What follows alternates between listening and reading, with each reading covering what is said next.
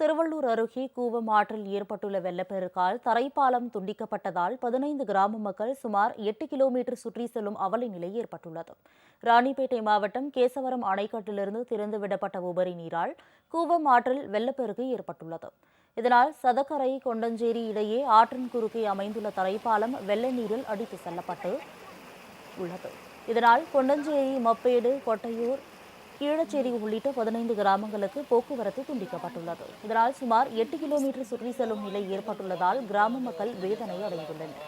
இந்த பகுதியில் மேம்பாலம் அமைத்து அரசு தர வேண்டும் எனவும் கோரிக்கை விடுத்துள்ளனர்.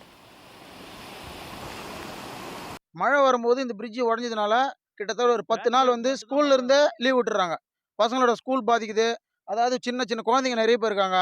அவங்க ஹாஸ்பிட்டல் போனோம்னா சத்திரத்தோப்பு ஜங்ஷன் தான் பேரம்பாக்கம் இல்லை கடம்பத்தூர், திருவள்ளூர் அந்த மாதிரி ஹாஸ்பிட்டல் போனோம். அதனால ரொம்ப பிரச்சனையா இருக்கு. ஒரு சின்ன சின்ன பேட்ச் ஒர்க் மாதிரி அந்த பிரிட்ஜுக்கு பண்ணிட்டு அதோட கணக்கு காமிச்சு முடிச்சிடுறாங்க. மறுபடியும் மழை வெள்ளம் வர சொல்ல மறுபடியும் அதே ப்ராப்ளம் வருது.